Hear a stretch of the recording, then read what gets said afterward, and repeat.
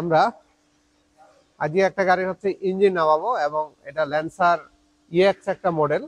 তো এই মডেলের গাড়িগুলো আসলে একটা সময় সবারই ক্রাশ ছিল। বেশিরভাগ সরকারি যারা জব করতো কিংবা সরকারি লোকজনের বেশি ইউজ করতো। আর একটা কথা ছিল আমাদের যে লেখাপড়া করে যে গাড়ির ঘোড়ায় চড়েছে তার মধ্যে হচ্ছে সবারই একটা স্বপ্ন ছিল যে পাজারো পাজারো একটা কথা আমাদের আসতো যে লেখাপড়া করলে পাজারো গাড়িতে উঠা যাবে। তো সেখান থেকে আমরা পাজারো একটা গাড়ির উঠার স্বপ্ন দেখি।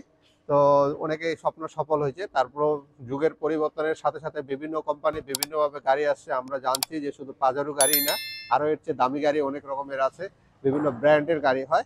তো যাই হোক, আমরা এই গাড়িটার হচ্ছে ইঞ্জিন চেঞ্জ করব। ইঞ্জিন চেঞ্জ করার জন্য আমরা এটার একটা রিকন্ডিশন কমপ্লিট একটা ইঞ্জিন নিয়ে আসছি। আর আমাদের দক্ষ টেকনিশিয়ানরা এই ইঞ্জিনটা নামাবে। নামানোর জন্য নিচে নিচে ইঞ্জিন অয়েলটা ড্রেন দিয়ে দিছে। দেখছেন নিচে ড্রেন দিয়ে ইঞ্জিন অয়েলটাকে ফেলে নেওয়া হচ্ছে, কারণ যখন আমরা এক্সচেঞ্জে যাবে এই ইঞ্জিনটা তখন কিন্তু আমাদের অয়েলটা ফেলে দিতে হয়। তো উপর থেকে ফেললে সুবিধা হয় যে যদি ইঞ্জিনটা যেহেতু এক্সচেঞ্জে চলে যাবে সেহেতু ইঞ্জিন অয়েলটা পরবর্তীতে ফেলতে গেলে অনেক ঝামেলার মধ্যে পড়তে হয়। তো আর তার সাথে আমাদের অনেক কিছু খুলতে হবে, এই জন্য ইঞ্জিন অয়েলটাতে আমাদের ফ্লোরটা নষ্ট হয়ে যাবে। এই জন্য আগে ড্রেন করে নেওয়া হচ্ছে। আর আমরা এটা ইঞ্জিন চেঞ্জ করে এর পারফরমেন্সটা দেখবো যে কি অবস্থা। আর সাধারণত এই গাড়িগুলোতে দুই রকমের ইঞ্জিন আছে, 1300 সিসি আর 1500 সিসির ইঞ্জিন আছে। তো আমরা এই গাড়িতে সেম 1500 সিসির ইঞ্জিন লাগানো আছে। তো এই সেম 1500 সিসির ইঞ্জিনটা আমরা এই গাড়িতে ফিটিং করবো। এটার কিন্তু আপনার হচ্ছে ইঞ্জিন 4A91। আর আমাদেরকে অনেক সময় অনেকজন বুদ্ধি পরামর্শ ওয়ার্কশপ থেকেই দেওয়া হয়, যে ওয়ার্কশপের যে আমাদের কিছু দক্ষ ইঞ্জিনিয়ার টেকনিশিয়ানরা থাকে ওনারা কিন্তু পরামর্শ দিয়ে থাকে 4A91 এর জায়গায় 4A90 হচ্ছে অনেক সময় আমাদের লাগানোর পরামর্শ দিয়ে থাকে, কারণ মাত্র 100 সিসি হচ্ছে এটাতে কম পড়ে যায়। কিন্তু এখানে আপনার এসির কিছু প্রবলেম হয় টুকটাক, তো খুব মেজর প্রবলেম না। তারপর যেহেতু 1500 সিসি বিআরটিএতে কাজ করতে গেলে সিসি চেঞ্জ করানো যায় না, সেখান থেকে আপনাদের কিন্তু এই গাড়িগুলার আপনার সিসিটা কিন্তু খুব ইম্পর্টেন্ট।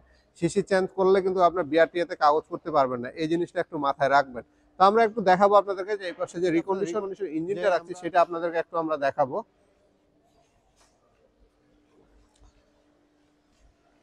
আপনারা দেখতে পাচ্ছেন আমরা একটা রিকন্ডিশন কমপ্লিট ইঞ্জিন নিয়ে আসি। এটা যেহেতু গিয়ার চেঞ্জ হবে না, শুধু ইঞ্জিনটা চেঞ্জ হবে।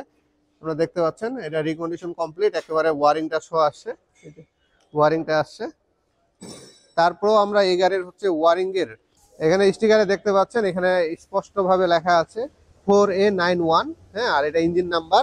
তো এই 4A91 হলে 4A91 লাগাবেন, 4A90 হলে 4A9100 লাগাবেন, কিংবা ইঞ্জিনের যে নামটা আছে সেই নামটাই লাগানোর চেষ্টা করবেন। সেক্ষেত্রে আপনাদের হচ্ছে সিসির যে সমস্যা বিআরটি এর সেটা আর হবে না। আপনারা সুন্দরভাবে বিআরটি এর কাজগুলো সম্পূর্ণ করে আপনাদের কাগজের মধ্যে ইঞ্জিন নাম্বারটা বসায় ফেলতে পারবেন।